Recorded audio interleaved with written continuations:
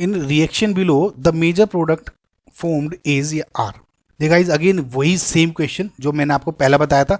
याद है मैंने आपको बताया था पहला कि एनिलिन है, इसका जब आप नाइट्रेशन करते हैं तो मेटा प्रोडक्ट भी बनता है, मेट्रो प्रोडक्ट ही बनाता है, टोपा उड़ा देते हैं उसके ऊपर किसी एसिटिक एनहाइड्राइड या सिंपल एनहाइड्राइड से रिएक्शन करा देते हैं तो ये ढक लेता है। समझ में आपको याद है? तो सेम यही रिएक्शन है, ठीक है। इन्होंने इसमें मेजोरिटी का प्रोडक्ट पूछा है कि कौन सा प्रोडक्ट बनना चाहिए। अगेन गाइज सिंपल आपको एसिटिक एनहाइड्राइड दिया हुआ है यानी CH3 C double bond O C double bond O CH3।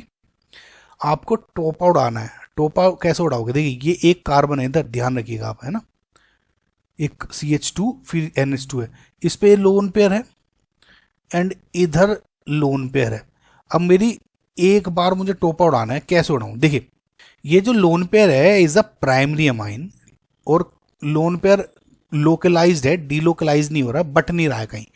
इधर जब कि आप देखते हैं लोन पेयर ये अमाइड वाला ग्रुप है और ये डीलोकलाइज हो रहा है, यानी जो ये लोन पेयर है ये स्ट्रॉन्ग बेसिक साइट है लेकिन ये एक वीकर बेसिक साइट है in comparison to this site. समझ में आपको? सो इसका मतलब जब ये दोनों की बात आती है तो ये लोन पेयर इस पे अटैक करता है, वो टोपे पे चढ़ा लेगा अपने सिर पे, ये वाला बताया था, ये बॉन्ड ब्रेक हो जाएगा। तो कुल मिला के जो इस बार इसमें बनेगा NHC double bond O CH3 बन जाएगा। ये समझ में आ गया होगा आपको। H ये वाला एक H2 निकल जाता है ना, CH3 COOH।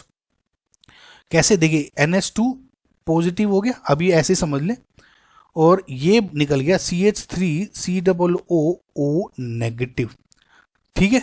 अब ये जो एक H है ये हट जाएगा और प्रोटोन जो है प्रोटोन इधर आके जुड़ जाएगा और COOH बन जाएगा।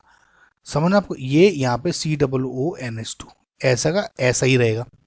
समझ में आपको गाइस मैं क्या कह रहा हूँ? ये सिर्फ और सिर्फ इसी साइड पे रिएक्शन करता है क्योंकि ये कंपैरेटिवली वीकर बेस है गाइस, ये इस पे अटैक ही नहीं करेगा, ठीक है। और क्योंकि ये बल्कि न SBS के कंपैरिजन में। सो जो कंपाउंड है आपका ये बना, टोपा सिर्फ इस पे ही चढ़ा पहले वाले पे। सो जो आपका करेक्ट आंसर है इज A। समझना आपको गाइस?